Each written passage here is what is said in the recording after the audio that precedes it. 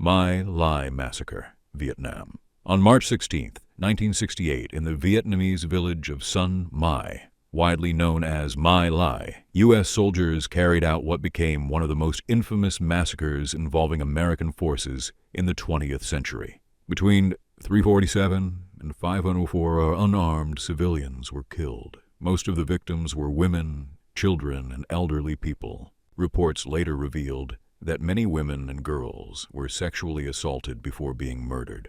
Homes were burned, livestock was killed, and bodies were mutilated. Witnesses described mothers trying to shield their children, only to be shot along with them. In one drainage ditch alone, more than 70 bodies were found. Soldiers moved from hut to hut, killing entire families.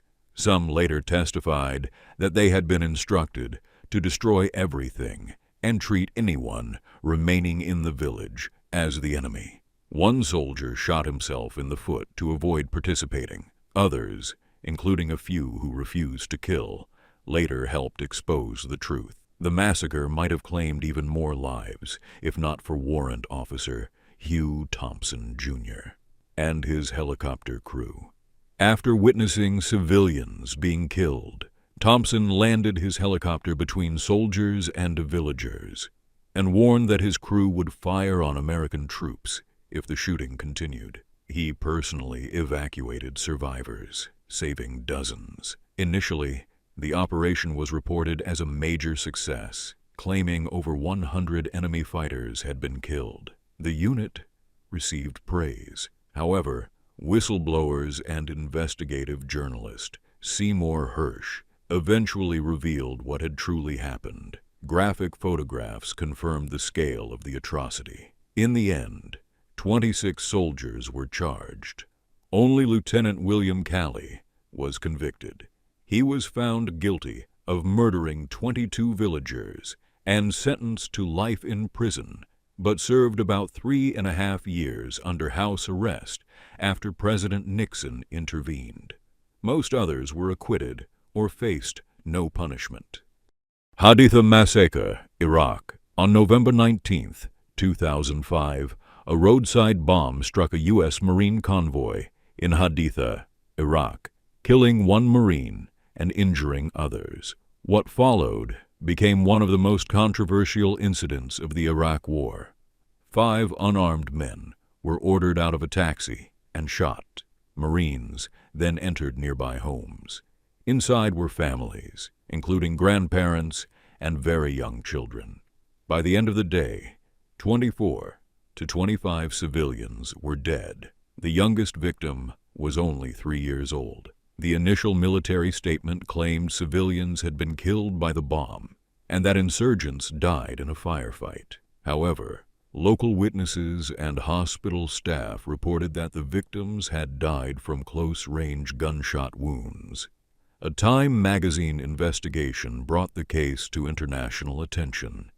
Several Marines were charged, but over time, most cases were dismissed. By 2008, nearly all charges had been dropped. One Marine admitted to negligent dereliction of duty, was demoted, and lost pay, but no one was sentenced to prison. The Samar Campaign, Philippine-American War, 1901 to 1902. During the Philippine-American War, General Jacob H. Smith ordered troops to pacify the island of Samar after Filipino fighters killed dozens of U.S. soldiers in the town of Batangas. Smith reportedly instructed his men to make the island a howling wilderness and to kill anyone capable of bearing arms, which he defined as males over the age of 10. While some officers resisted parts of these orders, villages were burned and civilians were killed. Estimates suggest that between 2,000 and 2,500 civilians may have died during the broader campaign. Smith was court-martialed, but not for murder or war crimes. He was found guilty of conduct prejudicial to good order and discipline, and received a formal reprimand before being forced into retirement. Nisour Square Massacre, Baghdad, 2007. In September 2007, Private security contractors from Blackwater opened fire in Nisour Square, Baghdad. 17 Iraqi civilians were killed, and about 20 were wounded. Blackwater claimed they had been ambushed and acted in self-defense. Iraqi authorities and U.S. investigations later concluded that many of the shootings were unjustified. The FBI determined that at least 14 of the 17 deaths lacked legal justification. In 2014, 4 contractors were convicted in U.S. federal court. One received a life sentence, and the others were given lengthy prison terms. However, in December 2020, President Donald Trump pardoned all 4 men, prompting international criticism. Abu Ghraib prison abuse, Iraq. Abu Ghraib prison became globally known after photographs surfaced showing detainee abuse by U.S. personnel. The images revealed humiliation, physical abuse, and mistreatment of prisoners. Investigations confirmed multiple instances of torture and unlawful treatment. Several soldiers were court-martialed, receiving prison sentences or other disciplinary actions.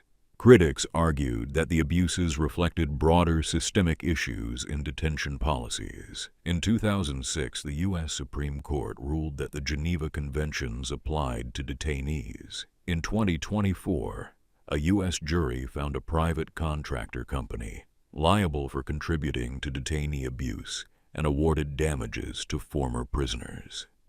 Operation Speedy Express, Vietnam, 1968. Operation Speedy Express was conducted in the Mekong Delta during the Vietnam War. Official reports claimed around 11,000 enemy fighters were killed, while U.S. casualties were relatively low.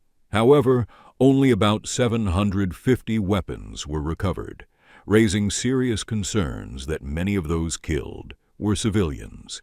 Later investigations suggested that between 5,000 and 7,000 civilians may have died. The operation relied heavily on airstrikes and artillery in densely populated areas. Critics argued that pressure to produce high body counts contributed to excessive civilian casualties. No criminal prosecutions followed. No Gun Ri, Korean War, 1950. In July 1950, South Korean refugees fleeing advancing North Korean forces were stopped near No Gun Ri. Fearing infiltration by enemy soldiers disguised as civilians, U.S. troops blocked refugee movements.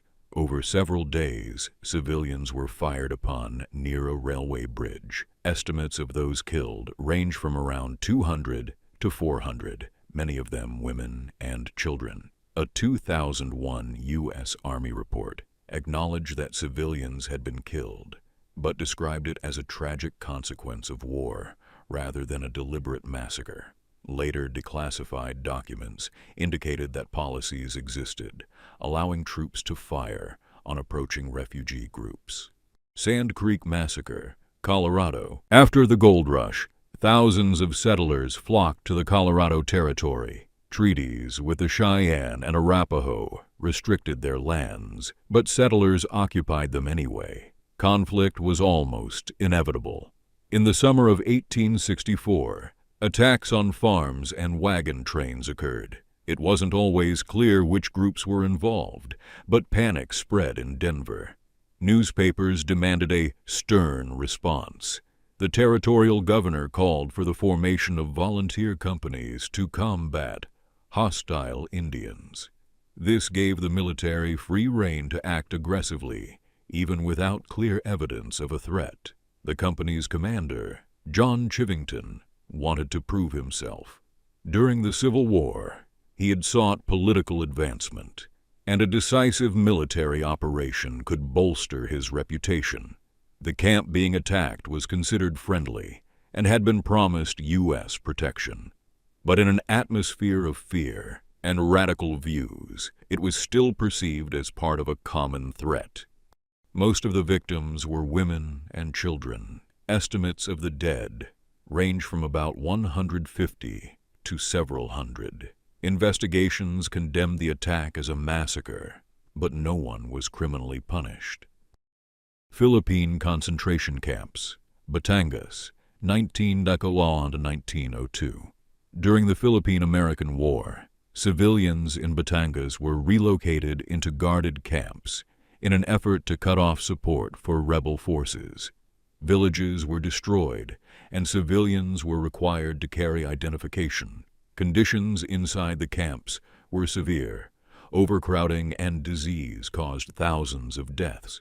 Between January and April 1902 alone, more than 8,000 people reportedly died in some areas. Public criticism eventually forced scrutiny of the policy, but long-term accountability was limited.